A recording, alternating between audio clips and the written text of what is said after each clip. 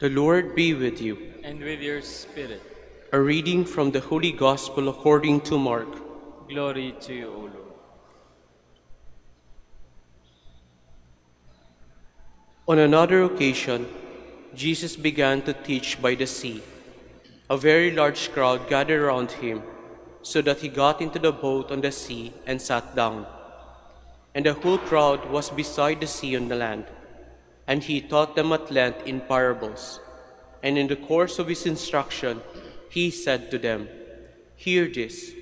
A sower went out to sow. As he sowed, some seed fell on the path, and the birds came and ate it up. Other seed fell on rocky ground, where it had little soil. It sprang up at once, because the soil was not deep. And when the sun rose, it was scorched, and it withered for lack of roots. Some seed fell among thorns, and the thorns grew up and choked it, and it produced no grain. And some seed fell on rich soil and produced fruit.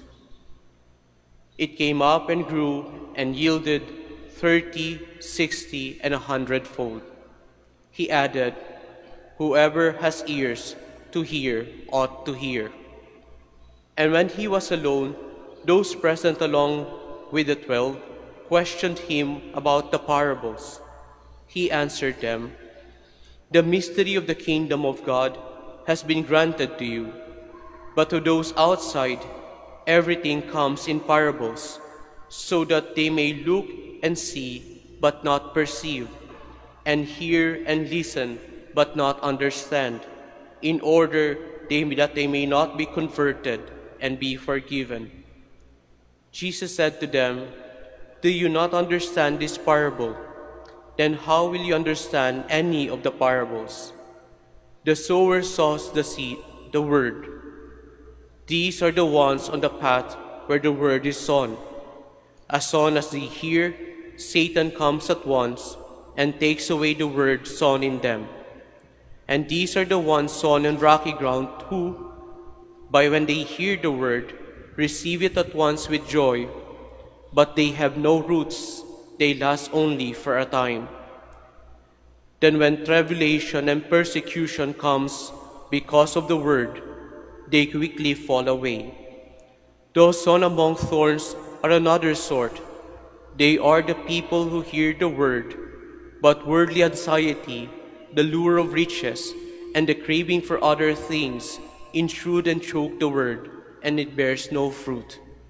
But those sown on rich soil are the ones who hear the word and accept it, and bear fruit 30 and 60 and 100-fold. Brothers and sisters, the Gospel of the Lord. Praise to you, Lord Jesus Christ. Please be seated. Magandang umaga po sa inyong lahat. Maligayang pagdating po sa Minor Basilica of Our Lady of the Rosary of Manaoag. Among the parables of our Lord, tanging ito lang po ang binigyan niya ng explanation. Ito po yung binigay mismo ni Kristo kung ang kahulugan ng kanyang itinuturo. Gusto niyang maging malinaw ito, sapagkat sinabi niya naman po dito, kapag hindi niyo ito naunawaan, hindi niyo mauunawaan yung iba pang parabola.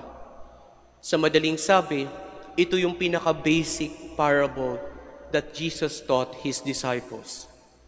Na kapag hindi niyo naunawaan, hindi niyo mauunawaan yung iba pang parabola. Interestingly, there are two things that we can learn from the story of the parable, in the story of the gospel. Dalawang bagay po. Yung una, ang sabi ng ating Panginoon, hindi lahat na makakarinig, makakaunawa. Anong ibig sabihin po nito? Hindi lahat na nakakarinig ng salita ng Diyos ay mauunawaan ito. And he referred at the end of that statement, he said, because not all will be converted and be forgiven. You know, kahit gaano po kaganda ang salita ng Diyos, kapag ang tao ay malayo ang loob sa Diyos, hindi niya ito mauunawaan. Kahit gaano po kaganda yung celebration na ginagawa natin dito, very solemn yung celebration, kapag wala yung puso natin sa ginagawa natin doon sa celebration, we will never appreciate what was happening, what is happening. Kaya nga siguro po mga kapatid, yun yung mukhang pabala ng ating Panginoon sa atin. That sa pagpasok natin sa loob ng simbahan, napakahalaga po ng tinatawag na disposition. That we are disposed to hear His Word. That our hearts are actually inclined to the Lord. Because if not, kahit gaano po ulitin ko, kahit gaano kaganda ang salita ng Diyos, hindi natin ito yung matatanggap at hindi natin ito mauunawaan. That's the first. Yung second, pinapaunawa sa atin ng Panginoon na yung mga nakikinig may iba't ibang klaseng dispositions. May mga nakikinig na medyo matigas ang puso, na walang kwenta para sa kanila yung salita ng Diyos. May mga nakikinig naman na medyo mababaw yung pakikinig, natanggap pero hindi tumagal. Meron din nakikinig na natanggap na maayos, kailang maraming concern sa buhay, kaya hindi po nag-bear fruit.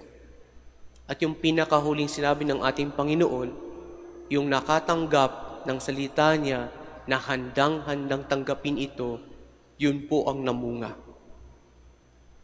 Mga kapatid, kapag babalikan natin yung explanation na ito ng ating Panginoon, may itatanong din natin kung nasa disposition pala yung napakahalaga sa pakikinig sa salita ng Diyos. Meron po bang panahon na yung tatlong klaseng soils ay maaari bang mag-produce ng fruit? May pag-asa pa ba? Sapagkat kung titingnan natin, para bang very strict at close na yung statement ng ating Panginoon.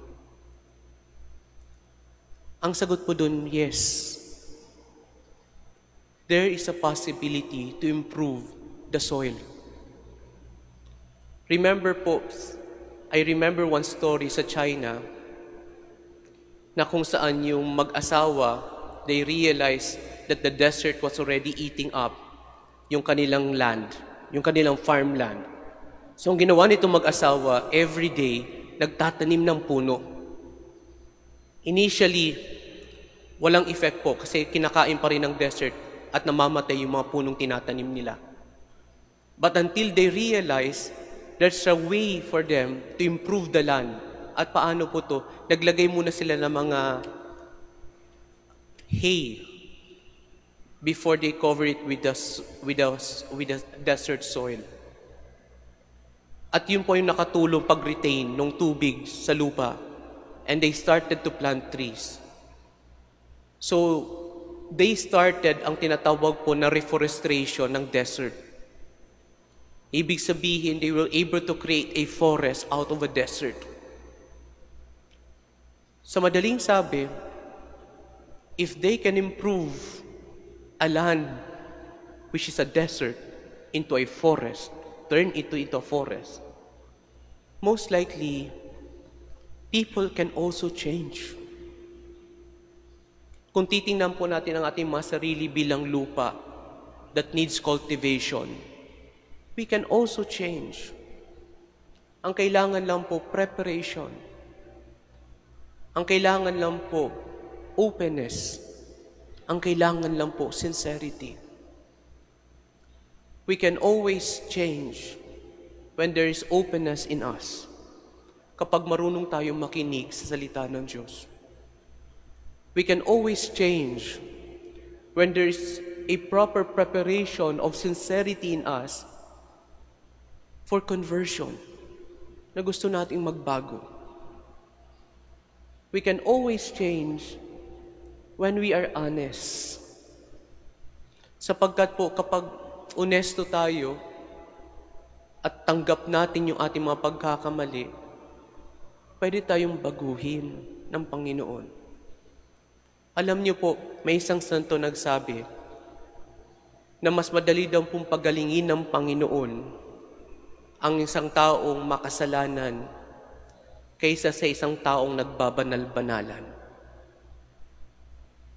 Tama po siya. Sapagkat hindi niya pwedeng pagalingin ng taong hindi nakakakita ng kanyang pagkakamali. Kaya nga siguro mga kapatid, this is the invitation that we need to hear right now. Kaya nga sabi ng Panginoon, those who have ears ought to hear. Because we need to dispose ourselves every time we attend the Mass to listen to His Word. We need to dispose ourselves every time we attend the Mass to be sincere to the Lord in celebrating and giving Him worship. Yun po yung pamamaraan eh. Hard work. Kung minsan po mahirap talaga. Lalong-lalo na kapag malayo pang binahe mo, puyat na puyat kapag dating dito. Pagdating mo dito ay talagang aantokin ka. Lalo na pag umabot pa ng 10 minutes yung humili nung pare. Pero, yun po yung challenge eh. Huwag natin pong sayangin yung pagpunta dito. Sayang naman po kung hindi natin makukuha yung pinaka-message na nais ng Panginoon para sa atin. You know, sometimes, ito po yung sabi ni Pope Francis eh, when he heard the word of God, ang una niyang kinukuha is the word that struck him most. Ano ba yung nag-struck sa akin? And from there, he disposed himself. Sa araw na ito, sa lahat ng pagbasang narinig po natin, what struck you? And then, prepare disposing yourself to the Lord. Sabi nga ng Panginoon, in the gospel, it might be close, yung story, but it seems it can be changed. Because people can change. And we can change. Kaya natin iyon. Ang kailangan lang, maging open, maging honest, at maging sincere tayo. Amen.